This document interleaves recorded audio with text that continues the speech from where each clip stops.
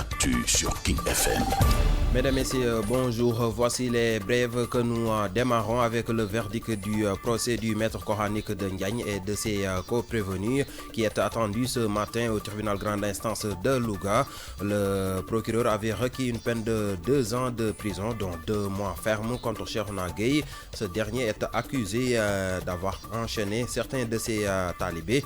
Le maire de Guet-Ardo, commune voisine de Ndiagne, appelle au calme. Ses habitants sont soupçonnés d'avoir dénoncé le maître coranique. Deuxième retour de parquet pour Guy Marius Sagna et compagnie. Ils retournent chez le procureur ce mercredi. Leurs avocats annoncent que les dossiers de leurs clients sont sur la table du doyen des juges. Guy Marius Sagna et 8 autres personnes ont été arrêtés vendredi dernier devant le palais présidentiel lors d'une manifestation interdite. Air Sénégal SA accueille son nouvel appareil cet après-midi à l'aéroport international Blaise Diagne de Diass.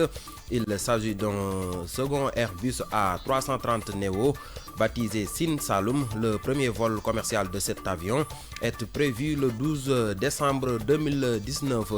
Les bulldozers reprennent du service. Les opérations de désencombrement se poursuivent après un arrêt dû à l'hivernage. Les équipes du ministère de l'Urbanisme, du Logement et de l'Hygiène publique étaient sur l'avenue Malexi. Les contrevenants se verront infliger de sanctions selon Abdou Karim Fofana. Sur l'international, élection présidentielle en Guinée-Bissau, Umaro Sissoko Embalo, arrivé deuxième au premier tour, a reçu le soutien du candidat en troisième position, Nouna Nambiam. Pour le second tour du 29 décembre 2019, les deux hommes ont officialisé leur accord ici à Dakar hier dans l'après-midi. Pour la musique du jour, nous vous proposons El Hadji Ndiaye dans Bori, un chanson qui a pour thème la dette de l'État sénégalais et de ses conséquences sur la population, un tube extrait du 3e album de l'artiste Gate. Écoutons. La version wolof de ces brèves, c'est dans un instant.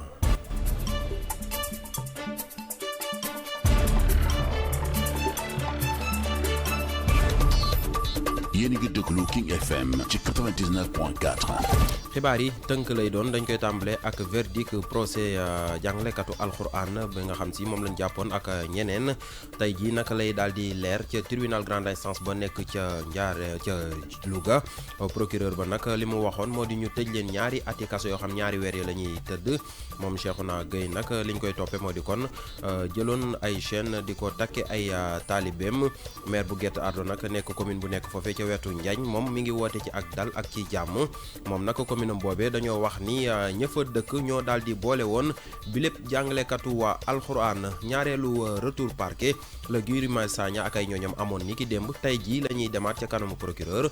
ay avocat yi leen di layool nag nee nañu kon seen client yooyu seen i dossier jamono ji yóbbu nañ ko ca table doyen des juges. Guy Marius Sagna ak juróom-ñetti nit yanu jàppandoo woon kon loolu ajjuma bi ñu weesu la amoon fekk ñu doon amal doxu ñaxtu bu ñu tere ca fi nga xam si moo di kanamu palais de la République.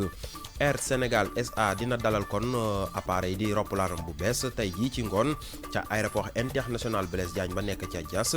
loolu nag mooy nekk ñaareelu Airbus A330 Neo Sine Saloum lay tudd. volom bu njëkk sax ñu ngi ko jàpp kon fukki fan ak ñaar ci weeru décembre atum 2019 bi ñu dëgmal. mu mel ni kon Caterpillar yi nga xam si ñoo doon daaneel tàmbaliwaat nañ seen ab liggéey. loolu nag mi ngi am gannaaw ak dal gu ñemeekoon ci ñoom li ko waral moo di jamonoy nawet bi. démb nag équipe bi nga xam si ñoo fare ca ministère bi yore wàllu urbanisme tàmbaliwaat nañ seen ab liggéey. ñu ngi woon ci avenue Malick Sy.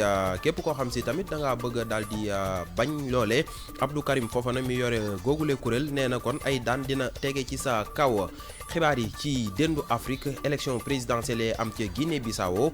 Umaro Sissoko Embalo ma jël ñaareel place ba ca premier tour ba. moom nag candidat bi jël 3e nee na moom lay jàppale ci 2e tour bi nga xam si ñaar fukki fan ak juróom-ñeent ci weeru décembre bi lay daal di am. ñaari nit yooyee nag jàppale ni ki démb lañ daal di xaatim boobu la déggoo fii nii ci diwaanu Dakar la doon xewee. musique la ñuy jeexalee tënku xibaar yi tey ñu andi leen El Hadji Ndiaye ci woy bi mu duppee bor yi woy la woo xam si kon da ciy daal di wax ci nguurug Sénégal ak bor yi nga xam si am na ko te muy am ay conséquences ci askan wi ñu jëlee ko ñun ci ñetteelu album bi nga xam si mi ngi ko duppee woon géej ñu teew mbokk yi lii tënk la woon ci ay xibaar yeneen i xibaar 8h30 lay doon waaye léegi-léegi Al Ndiaye ak équipe bam ñooy wéyal The Morning King